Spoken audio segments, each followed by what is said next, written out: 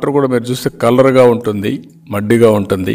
Godavari water ఇది ఫ్రెష్గా కనపడుస్తుంది. అలాంటిది 4 సంవత్సరాలు ఆ బెనిఫిట్ వచ్చింది.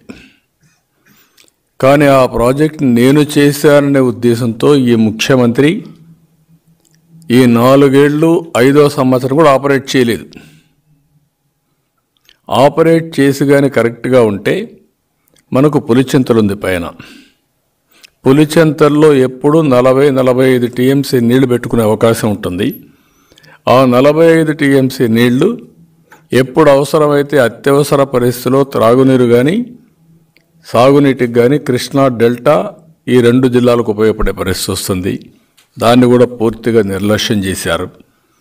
దానివల్ల ఈరోజు మీరు చూస్తే విధి లేని పరిస్థితిలో ఈ సంవత్సరం ఆపరేట్ చేశాడు. లేకపోతే తన్నేవాళ్ళు పట్టుకొని అందుకని ఆపరేట్ చేశాడు. అప్పటికి లేట్ అయింది. జరగవలసిన నష్టం బాగా జరిగిపోయే పరిస్థితి వచ్చింది. రెండోది, ప్రభుత్వం వచ్చిన తర్వాత ఇరిగేషన్ పైన పూర్తిగా సీతకన్నేశారు. మొత్తం సర్వనాశనం చేశారు. కనీసం ప్రాజెక్టులు మేనేజ్ చేయలేకపోయారు.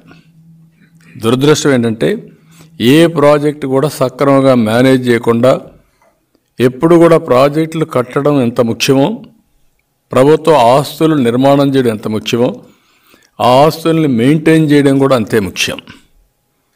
నేను కంబైన్డ్ ఆంధ్రప్రదేశ్లో ఫస్ట్ ప్రాజెక్ట్ మీరు చూస్తే మన ఆదిలాబాద్లో కడియం ప్రాజెక్ట్. ఆ ప్రాజెక్టుకి ఇదే మార్గ వర్షాలు వస్తే, వర్షాలు వచ్చినప్పుడు సరిగా వీళ్ళు మెయింటైన్ చేయకపోతే ప్రాజెక్టు మీద నీళ్లు ఫ్లో అయినాయి.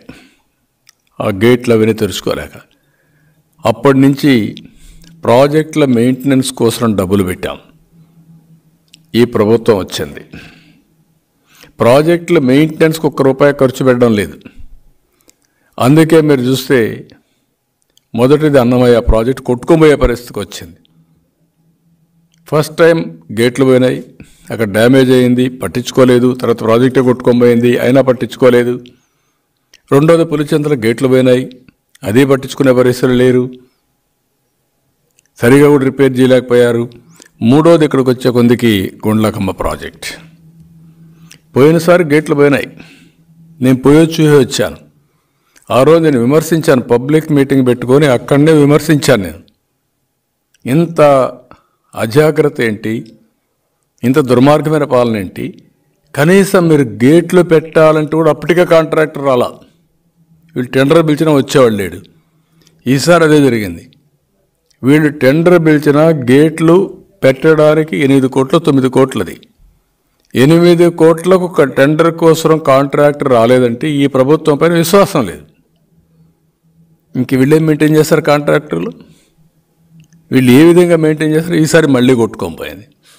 2 టీఎంసీ నీళ్లు కరువు ప్రాంతంలో ఏదైతే పంట పొలాలకు ఇవ్వాల్సిన నీళ్లు మొత్తం వెళ్ళిపోయే పరిస్థితికి వచ్చింది.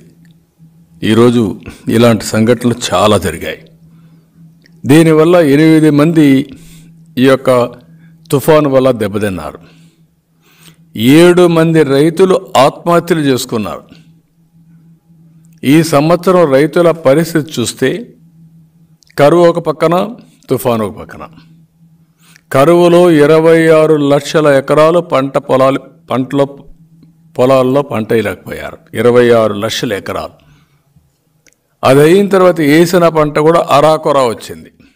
సకాలంలో వర్షాలు పడకుండా పోవడం, దిగుబడి పడిపోవడం, అరాకొర రావడం ఇవన్నీ జరిగాయి. ఇప్పుడు దగ్గర 15 జిల్లాల్లో 22 లక్షల ఎకరాల భూమి నీళ్లలో మునిగింది. ఇక్కడ ఇంకొక పెద్ద దారుణమైన పని చేశారు. మామూలు పని కాదు. పంట పొలాలు ఎక్కడా మెయింటైన్ చేయలేదు.